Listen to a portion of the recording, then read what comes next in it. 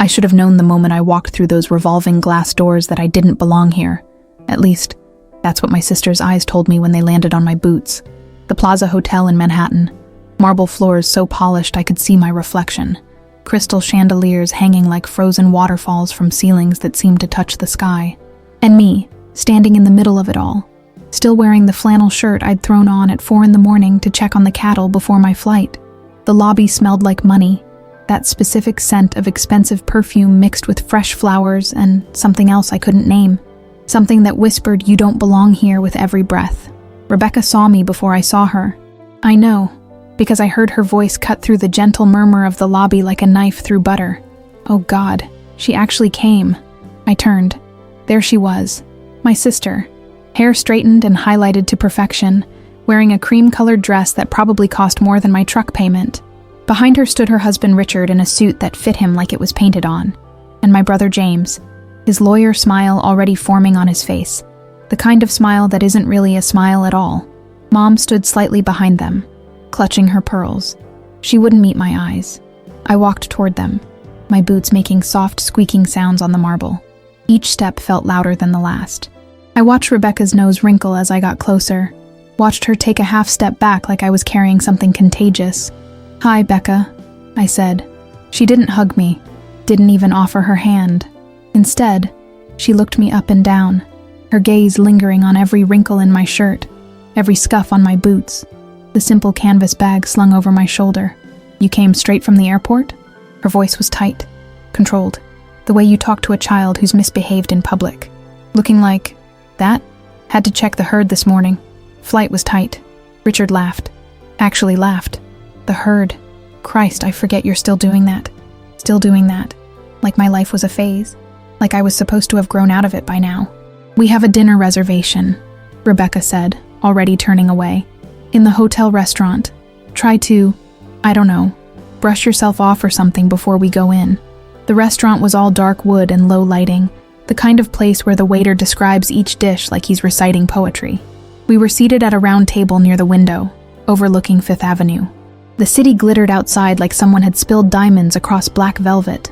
I sat down, picked up my menu, tried to ignore the way the couple at the next table glanced over, then quickly looked away. "So," James said, leaning back in his chair with that lawyer confidence he'd perfected. "How's the farm? Still breaking even?" Breaking even. That's what they'd decided my life was. A struggle. A barely there existence in the middle of nowhere. "It's fine," I said. "Fine," Rebecca repeated, her voice dripping with something that might have been pity if it wasn't so laced with contempt. That's good. I'm glad you're happy out there. I really am. Even if I could never, even if most people couldn't," Richard interrupted, reaching for his wine. "I mean, no offense, but it's not exactly a life, is it? Same thing every day. Animals, dirt, no culture, no opportunities, no future," James finished, and they all laughed. All except Mom. She pushed her salad around her plate, silent. I felt it then, that heat rising up my neck, spreading across my face. My fingers tightened around my water glass. The condensation was cold against my palm. I focused on that, on the coldness, on the way the glass felt smooth and solid and real. "I saw your posts on social media," Rebecca continued, and I knew from her tone this was going somewhere I didn't want to go. "Those pictures of you in your boots and jeans, talking about irrigation systems and soil quality. Honey, I have to ask, do you really think anyone cares about that?" Richard leaned forward. "Becca, don't be mean." But he was smiling. "I'm not being mean," Rebecca protested, placing her hand over her heart like she was wounded by the suggestion. "I'm being honest. We're family. If I can't be honest with her, who can? Someone needs to tell her that posting about fertilizer isn't exactly building a personal brand. Unless the brand is lonely cat lady who talks to cows," James added, and they all laughed again. The waiter came, took our orders. I said something. I don't remember what. My voice sounded far away like I was hearing it through water. "You know what Richard said when I told him you were coming?" Rebecca's voice cut through the fog in my head. He said, "Is she going to smell like a barn?" And I said, "Probably." More laughter, loud enough that the couple at the next table definitely heard. "And honestly," Rebecca continued, warming to her subject now, encouraged by her audience, I had to warn David, my son, the groom. I had to tell him Aunt Sarah might show up looking like she just walked off a tractor commercial. Do you know how embarrassing that is for me? For you, I heard myself say. My voice was quiet, flat. Yes, for me, this is a society wedding. There will be people here from old New York families, wealthy people, important people, and my sister shows up looking like... She waved her hand at me, as if my entire existence could be summed up in that single dismissive gesture. Look, we're not trying to make you feel bad, James said, in that reasonable tone he probably used in court. We just think maybe you should consider whether you made the right choice. Staying there after Dad died, you could have sold the farm, gone to school, done something with your life. I did do something with my life, I said. Oh, sweetie. Rebecca's voice went soft, gentle, which was somehow worse than the contempt. Growing corn isn't doing something with your life. It's just existing. Richard raised his wine glass. I'll drink to that truth. They clinked glasses. Mom still said nothing, but I saw her dab at her eyes with her napkin. I took a sip of my water, slow, deliberate, let the cold liquid slide down my throat, put the glass down carefully, making sure it was exactly centered on the coaster. You know what the worst part is? Rebecca leaned forward, and I could smell her perfume. Something French. Something that cost more per ounce than I paid for diesel. You could have been something. You were smart. Really smart. Remember how you always got straight A's in math and science? You could have been an engineer, a doctor, something that mattered. Instead, you chose to bury yourself in the middle of nowhere, doing the same thing Dad did, his dad did, going nowhere, being no one. The table went quiet. Even James looked uncomfortable. I felt my jaw tighten, felt every muscle in my face working to keep my expression neutral. My hands were in my lap now, fingers laced together, squeezing until my knuckles went white. Richard, oblivious or deliberately cruel, chose that moment to add his piece. Seriously though, have you ever even stayed in a hotel like this?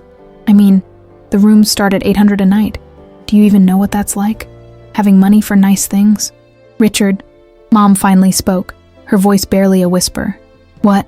I'm just asking. I bet she's never paid more than $50 for a motel room off the highway. Nothing wrong with that. Just different worlds, you know? Very different, James agreed. Hell, I bet the cheapest room in this place would bankrupt her for a month. They all looked at me then, waiting, wanting me to defend myself, to argue, to prove them wrong with words. Instead, I folded my napkin, placed it on the table next to my untouched plate. The fabric was thick, expensive, monogrammed with the hotel's logo. I stood up. Where are you going? Rebecca's voice went sharp. We haven't even gotten our entrees yet. I didn't answer, didn't look at any of them. Just turned and walked toward the restaurant exit, my boots making those same soft squeaking sounds on the polished floor. Behind me, I heard Rebecca's voice, loud enough for half the restaurant to hear. See? This is exactly what I'm talking about. She can't even handle the truth about her own life. Can't even sit through one dinner without running away. I kept walking. Through the restaurant doors. Across the lobby. My heart was hammering so hard I could feel it in my throat. But my steps were steady. Controlled. I had something to prove. But not to them. To myself. The reception desk stretched before me like a judge's bench. All dark mahogany and brass fixtures. Polished until they gleamed. Behind it stood a man in his 50s. Silver hair perfectly combed. A name tag that read Michael in elegant script pinned to his burgundy vest. I could feel their eyes on my back.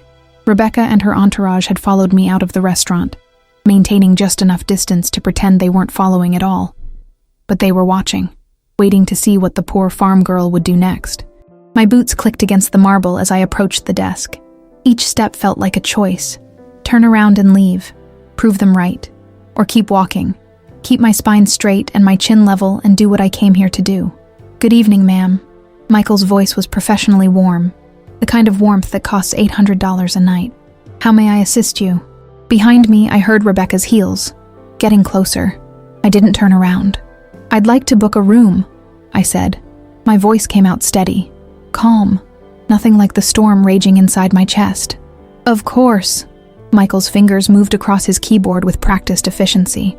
We have several lovely options available. Our deluxe rooms offer... What's the worst room you have? His fingers stopped. He looked up at me, confusion flickering across his professionally neutral expression. "I'm sorry? Your worst room." I placed both hands on the counter. Flat. Steady. The smallest one. No view. The one you don't advertise. The one you give to people when everything else is booked and you have no choice. Michael blinked. Recovered. "Well, we do have a few standard rooms in the older wing. They're quite small. No premium amenities. And they overlook the air shaft rather than the street. We rarely offer them unless..." "How much?" $400 per night. I heard Rebecca's laugh before I saw her. That high-pitched, disbelieving sound she made when something struck her as particularly absurd. She was right behind me now, close enough that I could smell her perfume mixing with the lobby's flowers.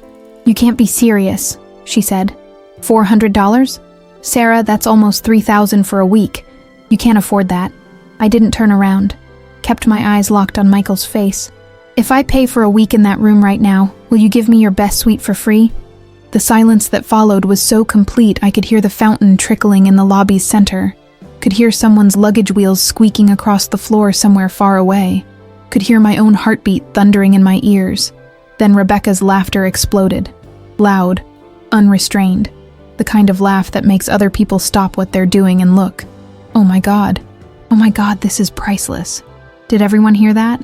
My sister thinks she can just throw down $3,000 like it's nothing. Like she's not living paycheck to paycheck selling corn to the local feed store. Richard appeared next to her, his phone already in his hand like he might need to film this moment for posterity. "Sarah, come on. Don't embarrass yourself more than you already have. We know you can't afford this place. There's no shame in it. Different tax brackets and all that." James joined them, forming a wall of expensive fabric and judgment between me and the rest of the lobby. "Sis, seriously, this isn't funny anymore. You're making a scene." "Am I?" I still hadn't turned around. My voice was quiet, controlled. I haven't raised my voice once. Michael cleared his throat, clearly uncomfortable with the family drama unfolding at his desk. "Ma'am, perhaps we should discuss this more privately. No need for privacy," I said. I reached into my back pocket and pulled out my phone. The case was scratched, worn. It had survived 3 years on the farm, been dropped in mud twice, and still worked perfectly. "Do you accept bank transfers?" "We do accept wire transfers for extended stays. Yes, but what's your routing information?"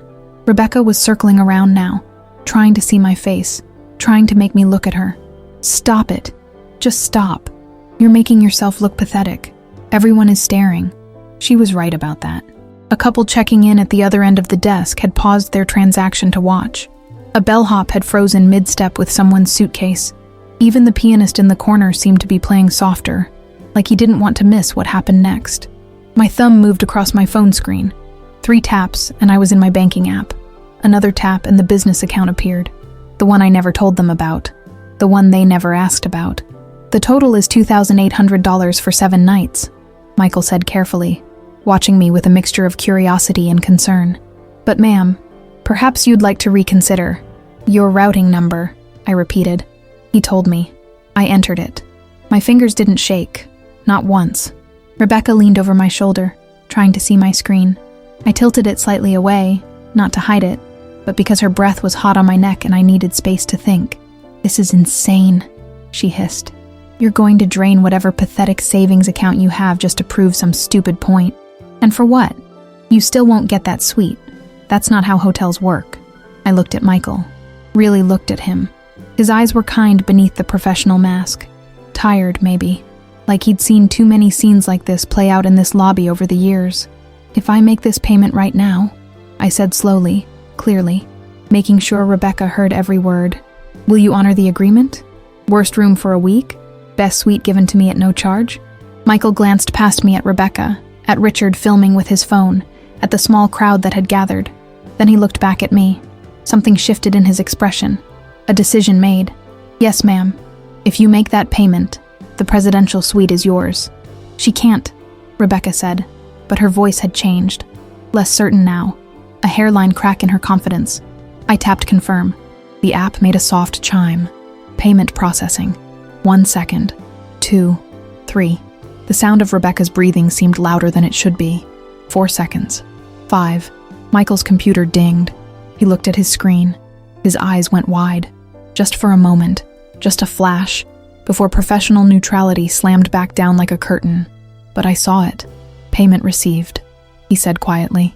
Then, louder, "Payment confirmed, ma'am." I slipped my phone back into my pocket, felt the worn denim against my knuckles. Solid. Real. Behind me, Rebecca had gone completely silent.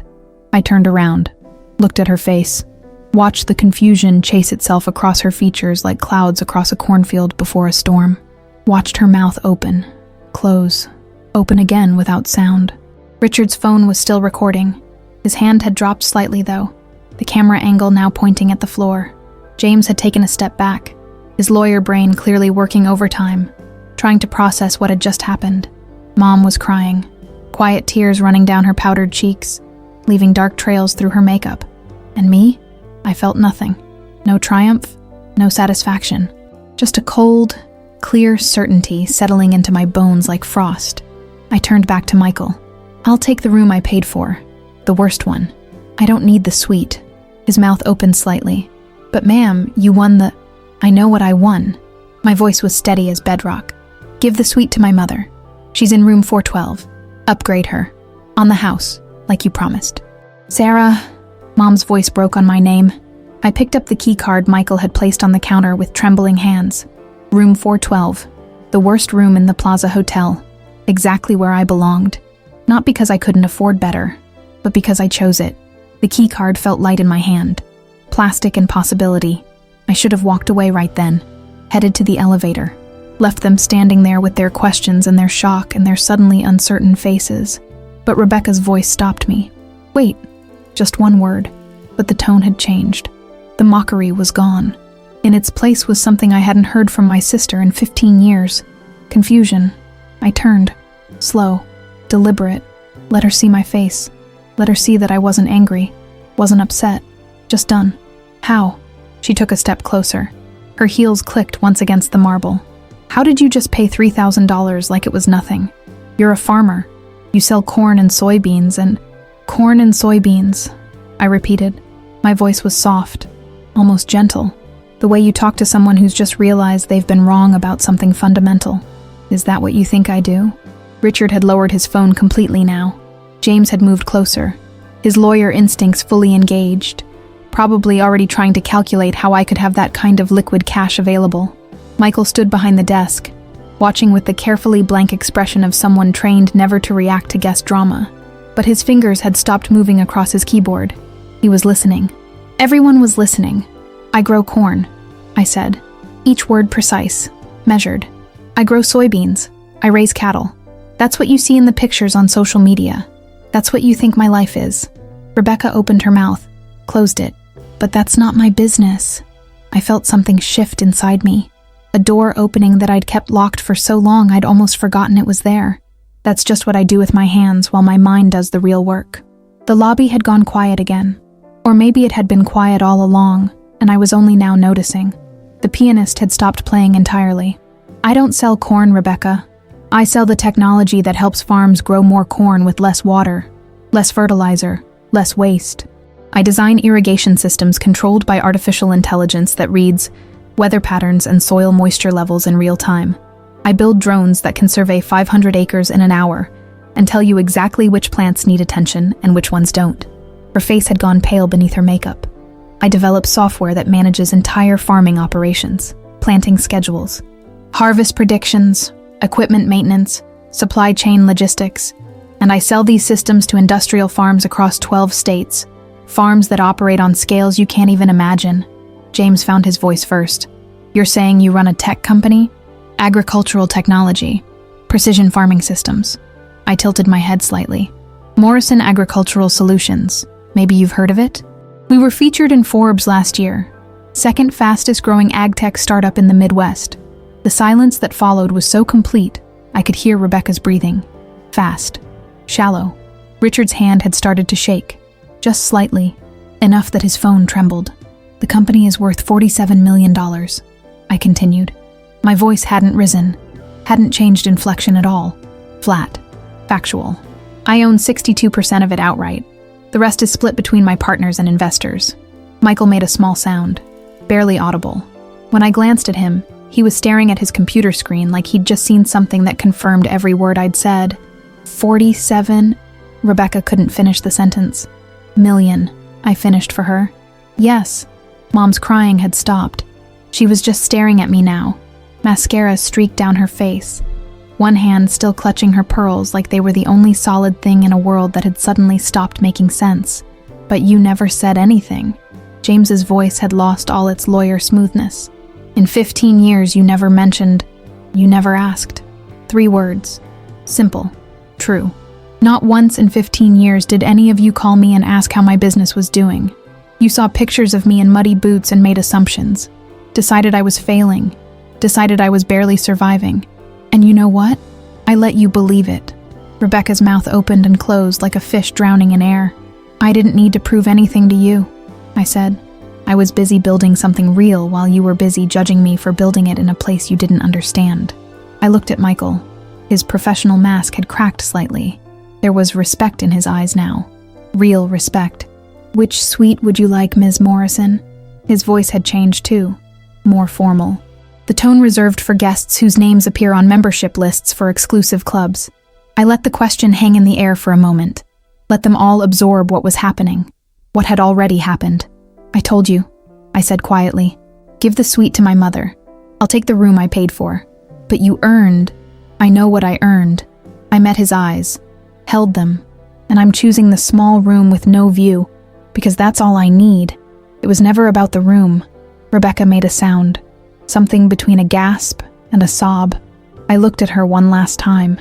Really looked. Saw my sister beneath all that carefully constructed armor of designer clothes and society connections. Saw someone who had spent her whole life chasing approval from people who didn't matter while ignoring the one person who should have. Enjoy the rehearsal dinner, I said. I'll see you at the wedding tomorrow. Then I turned and walked toward the elevators. My boots squeaked softly on the marble. Behind me, no one spoke. No one moved. The elevator doors opened. I stepped inside, pressed the button for the 4th floor. Just before the doors closed, I saw Rebecca sink into one of the lobby chairs, her perfect posture finally breaking, her head dropping into her perfectly manicured hands. The doors slid shut, and I was alone with my reflection in the polished brass. A farmer in muddy boots who had just paid $3,000 without blinking, who had just reminded her family that success doesn't always look the way they expect it to look, and who had done it all without raising her voice once. The wedding was beautiful. I'll give Rebecca that much. White roses everywhere. String quartet playing something classical I didn't recognize.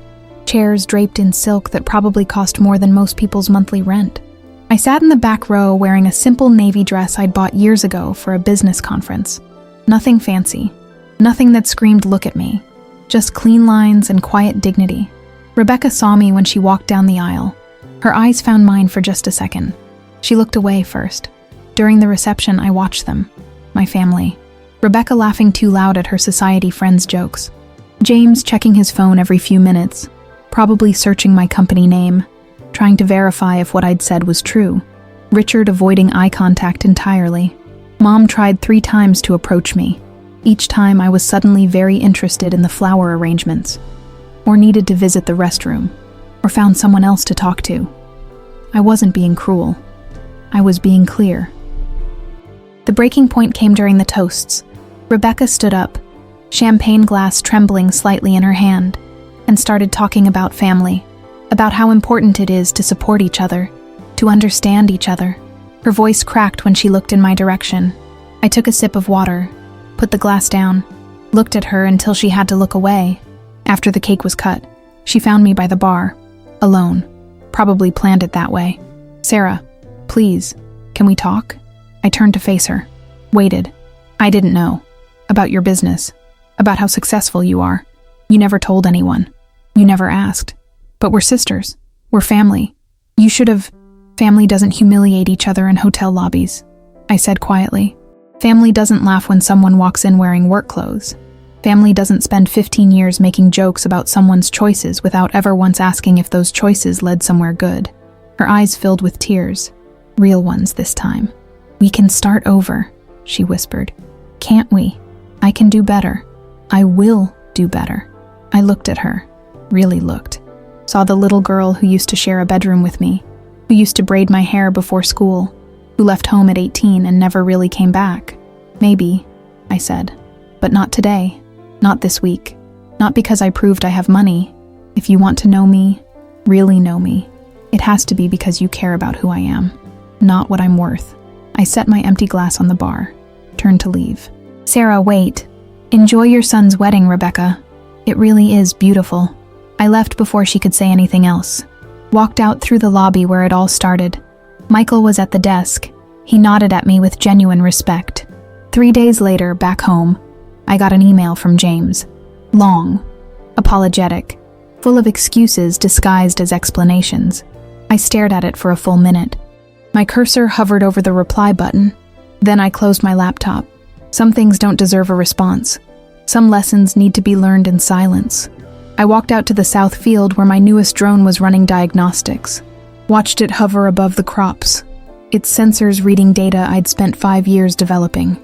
The sun was setting, painting the sky in shades of orange and gold that no hotel chandelier could ever match. My phone buzzed. Another message. This time from Rebecca. I didn't open it. Instead, I opened my company email. 15 new contracts pending review. A venture capital firm wanted a meeting. 3 farming operations in Texas requesting demos of our latest irrigation system. This was my empire, built in soil they called worthless, in a place they called nowhere. I didn't need their approval anymore. Maybe I never did. The suite at the plaza was probably beautiful. I'm sure Mom enjoyed it. I hope she did.